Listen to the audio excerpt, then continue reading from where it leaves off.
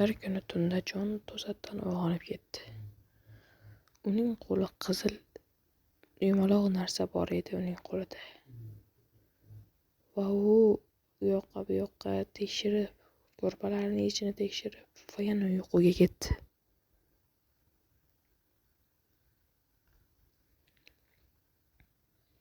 U bilmasdiki uning qo'lida nimadir borligini. Ertasi kuni u uyg'ondi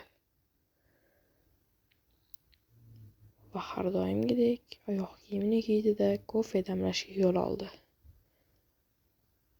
U ko'plab kompyuter ishlari bilan shug'ullanardi, xususan tradingga o'xshagan ishlar.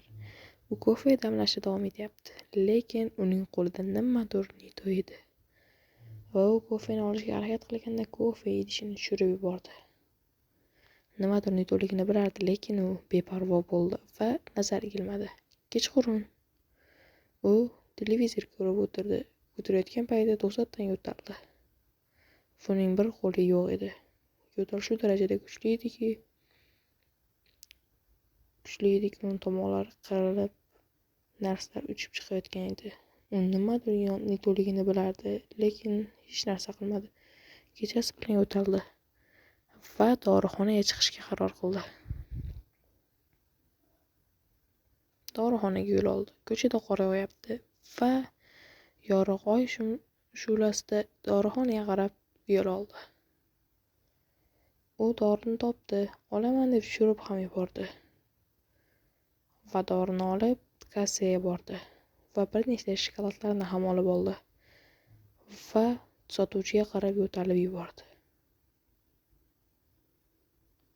Ertalab uning mazasi yo'q edi va doktorga borishga qaror qildi. Yo'talishda davom etganda va doktorga keldi.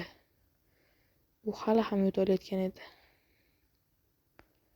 Va u bir yo'tal ovozini eshitdi va ancha bosilib qoldi.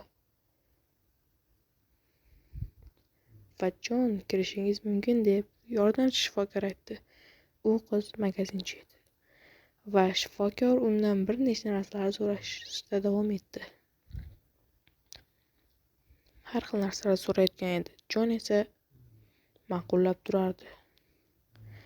Va Jon ko'ylagini yechdi. Va doktor qo'rqib ketdi.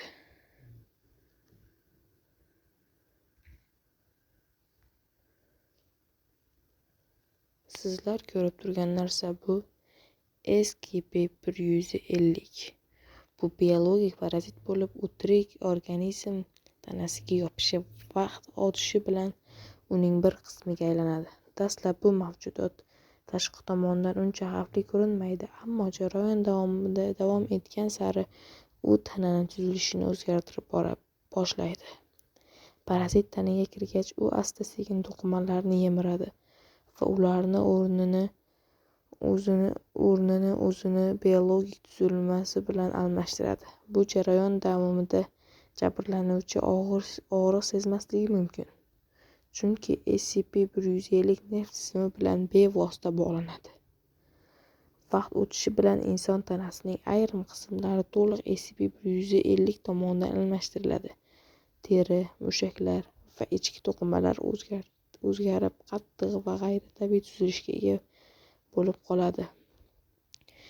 Eng xavfli tomoni shundaki, jabrlanuvchi buni tanasining kuchayishi deb qabul qilishi mumkin. SCP-150 faqat jismoniy tana emas, balki ongni ham asta-sekin egallaydi. Parazit miya bilan bog'lanib, qaror qabul qilish jarayoniga ta'sir o'tkazadi. Shu sababli ko'plab holatlarda odam SCP-150 ta'siri ostida ekanini anglamaydi. Agar parazit bu bosqichda tanadan ajratib olishga urinilsa, bu og'ir shikastlanishlarga yoki o'limga olib kelishi mumkin. Chunki SCP-150 tananing muhim funksiyalarini allaqachon o'z zimmasiga olgan bo'ladi. SCP-Fountain bu mavjudotni o'rganish jarayonida shuni aniqladiki, SCP-150 bilan zararlangan organizmni avvalgi holatiga to'liq qaytarish deyarli imkonsiz. Parazit olib tashlangan taqdirda ham tanada doim o'zgarishlar qoladi.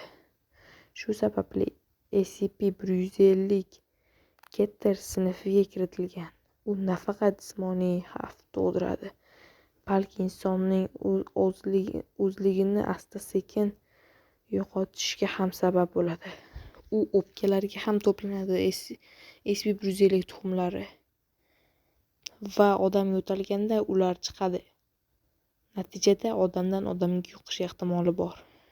Ya'ni 10,000 ta tuxumlar 1% ajralib chiqadi har yo'talganda. O'pkalardan ajralib chiqadi va odamdan odamga yuqish ehtimoli kuchli va nerv sistemasini ham egallashi mumkin. Shu jumlada Jon magazinga borgan paytda va pizzalarni olgan paytida u shunchaki qo'lida pulni ko'rsatdi, lekin sotuvchi qo'rqib ketdi. Jonga bu tabiiy kuch deb o'ylagan edi va doktorlar hammasini tushuntira boshladi. Jon esa hayron, bu shunchaki kuch emasmi deb o'ylaydi. Kuch deb o'ylaydi, chunki uni tanasi ancha mustahkamlashgan bo'ladi SCP-150 ta'sirida. D guruhiga kiruvchi 2 jinsli erkak va ayol jinsli D 1373-2-016-002 larga ham SCP-150 yuqtirildi va ularning nerv sistemasida SCP-150 ni ko'rishingiz mumkin. SCP-150 inson tanasini va ongini bosqichma-bosqich egallab, oxir-oqibat uni butunlay o'zgartirib yuboradi. Shunda biz SCP tashkiloti operatsiya qilib, ularning miyasini ochishga qaror qilishdi. Doktorlar operatsiya jarayonida ularning miyasini ochishdi, lekin ularda miya yo'q edi. Ularning o'rniga SCP-150 ularning miyasini qoplab olgan edi. Va ular hech narsani sezishmasdi. Va doktorlar ulardan savol so'rashdi va ular tezda javob berdi. Lekin bitta SCP-150 olingandan so'ng ulardan yana savol so'ralganda, ular asta-sekin so'rashdi, javob berishdi. Ularni miyasini SCP-150 bosib olgan edi. Erkak jinsiga kiruvchidan hamma SCP-150lar olindi va ayol jinsiga kiruvchi miyasiga hamma SCP-150lar solishga qaror qilishdi va solib ko'rishdi. Va hammasi odatdagidek ketardi. Ya'ni u gapira boshladi. Miyaning o'rniga SCP-150lar qoplangan edi. Ayol o'ziga keldi va gaplashishda davom etdi.